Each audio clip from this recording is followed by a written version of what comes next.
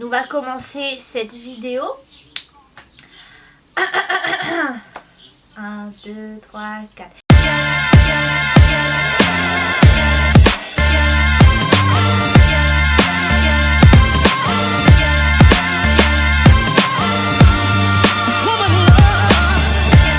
Salut à toutes et bienvenue dans une nouvelle vidéo. J'espère que vous allez bien, moi allez bien, merci.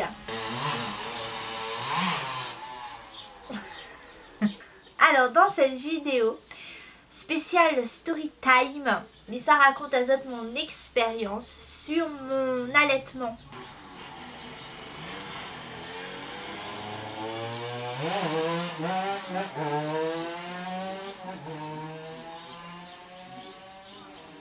Donc il disait que bientôt la moto va rendre sa case à un certain moment et que lui va arrêter de faire des ans, peut-être, non?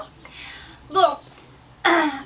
Tout ça plus azote que depuis que moi les petites m'a toujours vue, donc que ce soit dans mon entourage ou à la télé ou voilà quoi, des femmes allaitées, pour moi elle était, ouais ça, pour moi elle a été quelque chose de naturel. Ah mon Dieu Seigneur, les bruits sonores en fond, c'est magnifique. Donc il disait que voilà, et en plus depuis que moi les petites m'a toujours vu sur l'étagère de la bibliothèque de la maison des livres sur l'allaitement, sur la grossesse, sur l'éducation de l'enfant, comment élever son enfant et tout. Et ma soeur là allaitait ses 3 enfants. Moi une maman qui allait, ben, elle est tout à fait normale et tout à fait naturelle et que m'a toujours dit, si plaît à Dieu, si un jour moi j'ai un enfant, et ben moi va allaiter mon enfant. Attention, hein, dans cette vidéo, Missa parle à Zot de tétés, de tétons, de mes seins, de mes tétons, de mes tétés, de mes toutous, tout. C'est dans le cadre de l'allaitement, on n'a rien de sexuel là-dedans, d'accord? Mais alors pas du tout. Arrivé mon tour, donc m'y tombe enceinte. Le jour que Missa a couché, pendant toute ma grossesse, m'a préparé à moi, physiquement et psychologiquement, d'allaiter. Et la sage-femme me donne à moi des conseils, des consignes, des astuces pour moi tenir bien le bébé, pour que m'y tienne bien la tête du bébé, que m'y positionne bien sa tête sur mon sein, pour que m'y allaite pour la première fois. Ouais, super. Et là, depuis ça, eh ben, elle n'a pas arrêté de téter. Elle a tété, mais tété. Et puis évidemment, hein, quand les enfants ils têtent vraiment beaucoup des deux côtés de tété, ben c'est un moment et c'est là que la vidéo il s'annule dégueulasse. Parce que mes deux tétons l'étaient en sang. Pia. Et vraiment, comme ils étaient en sang, il était en sang. Le sang, il giclait partout dans la chambre. Mais rigole, oh là là, c'est pas non plus un histoire manga. Et comme elle y tétait beaucoup, et que moi aussi, la culpabilise à moi, me disait, une fois que mes tétons ils saignent, c'est parce que ben, mon enfant, les mal posés, les mal positionnés. Et à chaque fois, la sage-femme y venait, elle y mettait elle-même Héloïse d'une façon que ben voilà quoi, d'une façon que mon téton il saigne pas en fait, parce que Bona il disait ouais peut-être que tu positionnes mal ton bébé et que c'est peut-être pour ça que ton téton il saigne et tout. Donc quand un côté tes saignes trop, mais t'es mettais sur l'autre côté, quand ça là tes saignes trop, enfin elle était fait gauche droite, mais mes deux tétons étaient toujours en sang. C'est un moment. Moi, là, un bout de téton, la voltigé comme ça, la partie là-bas, de l'autre côté là, la volé de l'autre côté la pièce. Maintenant, je suis un téton qui vole. Vous savez, des fois, les bébés, un petit peu, ils bougent comme ça, et elle a bouge sa tête comme ça, elle est en train de téter, là, elle a bouge sa tête comme ça. Un petit bout de mon téton. La chapée. Elle était dans mon bras, m'a vu ça, m'a vu l'action, m'a vu qu'elle a tourné sa tête, mon téton l'a fait tchouk. Oh my god, au secours, à l'aide, aidez-moi. Sage-femme, infirmière, venez, appuie sur le bouton. Dis-moi, t'as bien voir ça. Ah, elle était dégueulasse. Et la mitié, elle toujours dans mon bras là. Enfin bref, bon, la diamant, le lait est très cicatrisant ça. Donc, m'y mettez mon lait sur mon téton pour cicatriser. Mais tes cicatrices, oui, mais pas suffisamment parce que ben, elle avait besoin de manger, elle avait besoin de prendre mon lait. Et que ben, m'y mettais sur le droit, le gauche, c'est la même chose. Et deux tétons, t'es tout le temps en sang. Et moi, j'avais un téton, il était pété. Le petit bout de téton, il était comme ça. Elle dit bonjour, je suis le petit bout de téton, voilà, je suis là. Oh, je suis échappée, voilà. N'avait pas un trou, tu vois pas mon tété à l'intérieur, mais le petit bout de peau, en fait, mon téton, la chape était fait pas mal. L'allaitement et tout, bon, il fait un peu bizarre, mais il fait pas mal. C'est pas quelque chose de très douloureux. Ou viennent accoucher, ou viennent connaître c'est quoi la péridurale, ou viennent connaître c'est quoi la douleur d'accoucher, de contraction et tout. Un peu dire, à mon tête de tété, comme elle a tété mes deux tétés, c'était rien comparé, pas du tout. Arrivé le 3e jour, oh my god, mais ça rend ma case, mais t'es tellement excitée, ma maille. Mais t'es tellement contente de rendre ma case, mais dis enfin, mais ça retrouve ma chambre, mon lit, mon chez moi, mon case, comme il se rend ma case. Mais ça quitte cette clinique, l'hôpital, de l'hôpital, tout ça, le manger, tout. Ah, bye bye, ciao, je rentre ma case avec mon enfant, yeah. Super. Mais comment se prépare mes petites affaires, range ma brosse à dents, mon dentifrice, mon savon, mais dit quoi, mais ça va, moi là. Mais ça rentre ma case avec mon bébé, nanana. Avant de rentrer, enfin avant de sortir de la clinique, les sages-femmes, ils font les derniers réglages, pèse bébé et tout, voilà, pour voir si tout va bien et pour que nous puissions sortir et tout et tout. Et là, la sage-femme, il vient voir à nous, parce que moi j'étais avec Dylan, il vient voir à nous, et puis il dit comme ça, alors on a un petit souci avec votre bébé, voilà, votre bébé a perdu énormément de poids, elle a perdu beaucoup trop de poids et c'est pas normal. Ok, d'accord. Il regarde Dylan, Dylan il regarde à moi, il regarde Dylan, Dylan regarde à moi. Et puis là, la sage-femme, il commence à expliquer à nous qu'il faudra faire des examens plus approfondis, des prises de sang, des radios, des scanners et bien d'autres choses encore. Et puis, cela dit, il n'est pas normal que mon enfant il perde du poids comme ça. Elle aurait dû reprendre du poids justement après la naissance et tout. Et que il n'est pas normal qu'elle a perdu du poids et tout. Et donc là, la sage-femme, il cause avec moi. Il cause avec Dylan et moi. Elle y cause, mais moi, t'es pas là. Moi, t'es déconnectée de la réalité. Plein de choses se passent dans ma tête à ce moment-là. Mais dit, aïe, mon enfant n'a un problème, mon enfant est malade, mon enfant n'a ceci, n'a cela, oh my god. Et là, la sage-femme me dit, non, vous rentrez pas, parce que c'est pas sûr que vous rentrez à la maison et tout, par rapport que votre bébé a perdu du poids et tout, et patati patata, voilà. Sachant que le matin, Dylan, quand nous étions dans la chambre, hein, avant qu'il arrive tout ça,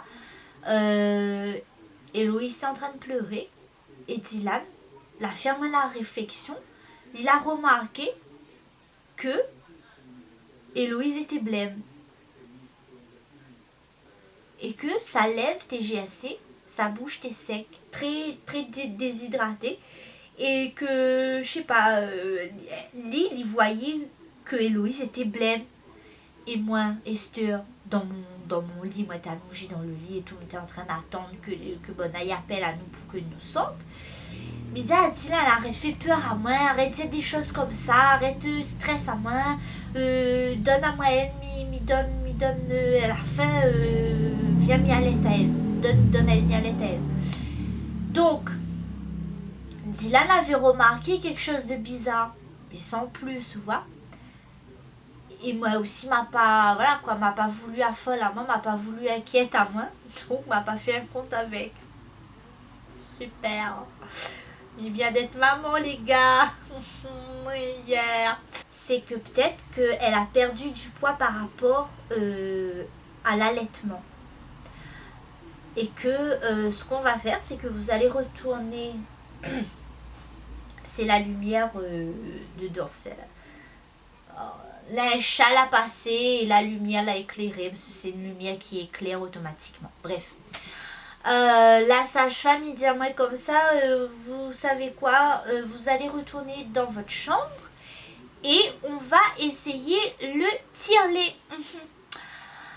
Donc, entre-temps, maman m'a partie dans ma chambre, alors m'a retournée dans ma chambre et elle a parti informer au docteur que c'est peut-être un problème d'allaitement et tout, et que voilà. Après de toute façon le docteur l'a dit, il ne laissera pas moins sortir avec mon bébé parce que le bébé a perdu trop de poids et qu'il n'est pas normal. Je veux savoir pourquoi. Alors cette sage-femme, prendre de petites minutes pour en parler s'il vous plaît. Alors, il ne connaît pas cette sage-femme, ni en noir ni en blanc, et il ne veut pas le connaître non plus. Alors, c'est une sage-femme.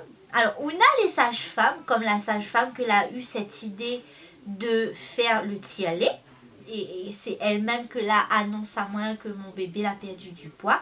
Nous va appeler à elle la sage-femme numéro 1. Ok? La lumière est éteinte.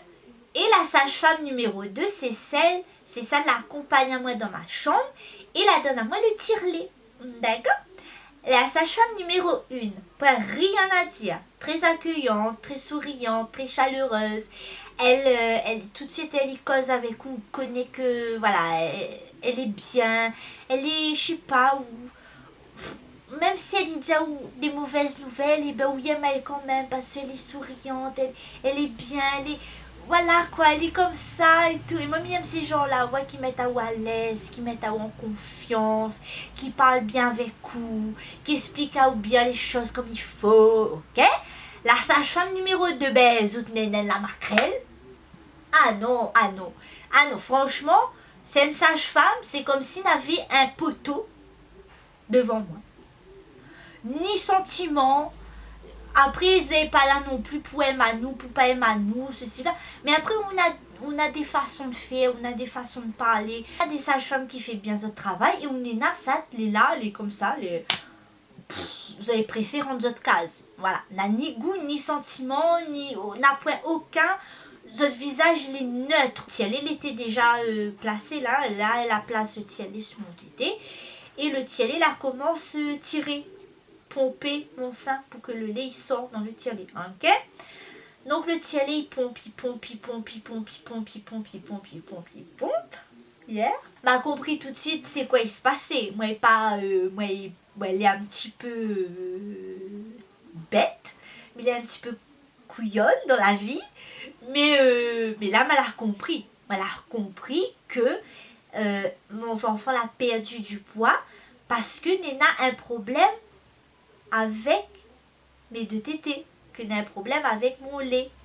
Et que c'est moi le problème, c'est pas mon enfant. Le tire-lait, il continue à pomper. Et me donne dans en mille, la pointe il saute. Mais que dalle. Aucune goutte de lait qui sort dans le tire-lait. Bon. La sage-femme numéro 2, le piqué, la maquerelle, devant moi. Donc elle y tire le tire-lait, elle y met sur le tété. Et pareil, le tire-lait, il tire. Et la pointe il sort. La pointe. La sage-femme numéro 1, il arrive. Il dit alors, comment ça se passe? Ok, il n'y a pas le lait qui sort. Ok, ben écoute, j'avais un doute. On avait un doute, moi, le docteur, et puis toi, je pense que tu as compris ce qui se passait. Ton bébé a perdu du poids par rapport, voilà quoi, t'as pas le lait. Génial. Donc, ce qu'on va faire, c'est qu'on va continuer à faire le tire-lait et on verra ce qui se passe. Et puis je reviens. Donc, elle dit ça va. Et là, il pète en sanglots. Mais il pleure comme une madeleine. Mais comme un petit bébé qui pleure. Ouais. C'est ma faute. Voilà, pour la tété, mon lait, il sort pas. Et il pleure. Le sage-femme numéro 2, le piqué, la maquerelle est devant moi, elle y fait pas rien. Même pas un petit tapotage sur mon épaule. T'inquiète pas, ça va aller. Que dalle, rien, nada, zéro, niet. Plaire, maquerelle, plaire. Ou a voulu allaiter, allait tester, allait écouter tout, la peine. Je vais allaiter de toutes mes forces, de toute mon âme, de tout mon être. Mais Miguel pas allaiter parce que n'a pas un lait qui sort de mon tété. Et là, il pleure, c'est ma faute. Et là, m'a compris, m'a imaginé que depuis que m'a accouché de mon enfant l'a pas mangé ni boit depuis 3 jours. Est-ce que tu réalises un peu la situation de merde? On a un enfant que les affamé, que l'a pas bu le lait pendant 3 jours. Oh my god! Il est tout à fait normal qu'elle y perde poids et que sa bouche est sec et qu'elle est blême. Il est tout à fait normal. Et là, il pense au pire, il dit, mais imagine que Menoré rentre ma case et que Menoré continue à allaiter. Oh, je t'imagine le drame. Et à force de faire le tirer, on a des petites gouttelettes de lait qui sortaient quand même. Donc, à arriver, je sais pas moi, dans 1 heure de temps de tirer, m'avait ça de lait maternel. Mais vraiment, ça, en 1 heure de temps. Ok. Et la sage-femme a fait comprendre à moi que ce petit peu là, il peut être très important. Donc continue à faire le tirer. Au moins le petit peu de lait maternel, tu donnes à ton bébé. Mais ne t'inquiète pas, elle aura le lait prématuré. Donc il donne à elle le lait prématuré et tout. Et là arrive, mais que pas où elle y sort. M'a jamais vu elle. Une 3e sage-femme. Elle y explique à moi comme ça que, alors, je ne connais pas elle non plus, elle m'a jamais vu cette sage-femme-là, elle y arrive comme ça, comme un cheveu sur la soupe. Elle lui dit à moi, je t'explique. Tu donnes à ton bébé la moitié du biberon du lait prématuré. La moitié. Et tu m'écoutes bien. Eh oh, Lucie, tu m'écoutes bien. Tu lui donnes la moitié. D'accord? Arrivé la moitié, tu enlèves le biberon de sa bouche et tu donnes ton lait maternel. Tu m'as bien compris? Allez, je reviens tout à l'heure. Héloïse la siffle le biberon, mais d'un coup. Mais d'un coup, hein? Voir qu'on est affamé, n'a 3 jours, n'a pas mangé, là, pour la faim. Elle a siffle ça, mais comme ça. Oh, moi, j'étais tellement contente, mais j'étais tellement heureuse quand elle a vu elle. Pour la première fois de sa vie, mais elle a senti, elle a vu qu'elle était rassasiée. Incroyable. Et là, la 3e sage-femme y arrive.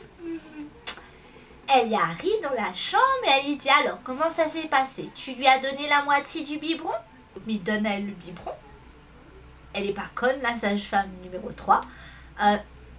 Mais tu lui as donné tout le biberon? Elle a bu tout? Mais je t'avais dit de lui donner la moitié. Espèce de conne. Elle a oublié de dire ça, mais dans son cœur, elle a sûrement dû dire ça. Mais je t'avais dit de lui donner la moitié. Pourquoi tu lui as donné tout le lait? Mais enfin, mais t'es bête ou quoi?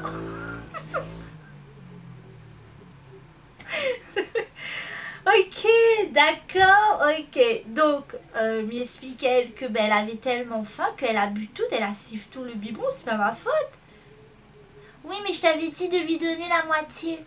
Bon, la prochaine fois, tu lui donnes la moitié, mais tu lui donnes ton lait maternel, c'est important. D'accord? Ok, attention. Elle y ressava et m'en a plus revu à elle. Et m'en a l'impression que les sages-femmes l'ont ressenti que ils voulaient arrêter l'allaitement. Et du coup, je l'ai voir moi souvent pour encourager moi à continuer l'allaitement. Or que dans ma tête, mon corps, il voulait plus allaiter. Il m'était fatiguée avec tout ça, le tiers-lait, le tout. Franchement, m'en avait marre d'allaiter.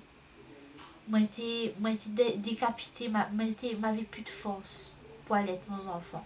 Et puis un soir de ça, moi j'étais en train de dormir, enfin essayer de dormir parce que je ne dors jamais là-bas. Là il fait une semaine, hein, il fait déjà une semaine que il est là-bas à la clinique. Et un soir, moi j'étais pas bien, moi j'étais triste, moi j'étais déprimée. Elle commence à dire aux autres la vérité, ce que m'avait l'intention de faire. Dit aux autres, il veut arrêter l'allaitement. N'avait la sage-femme femme de ce côté-ci et n'avait la sage-femme homme de ce côté-là. Moi, j'étais allongée sur le lit. Les deux là commencent par là avec moi, justement, de l'allaitement. Tout ça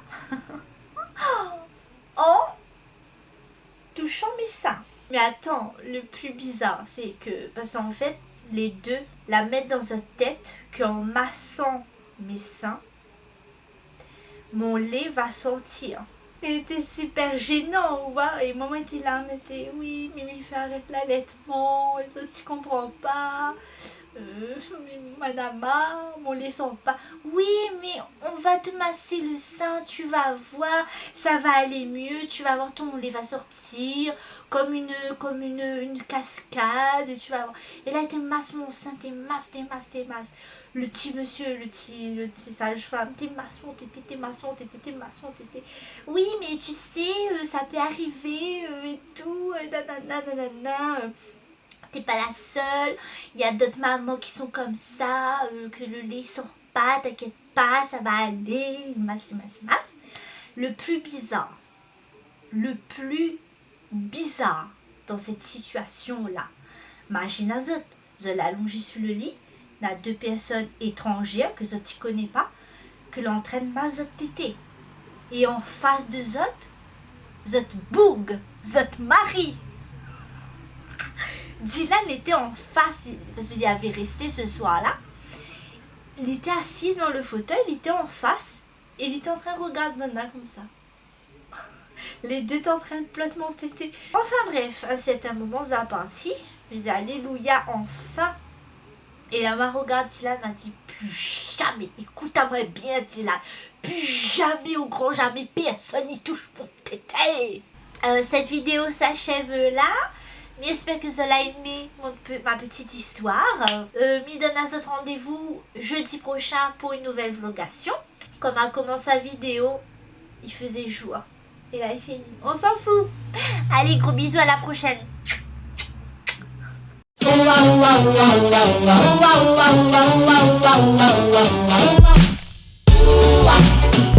you're the one for me. Baby, you were meant for me. In love with you. Baby, you're the one for me. Baby, you are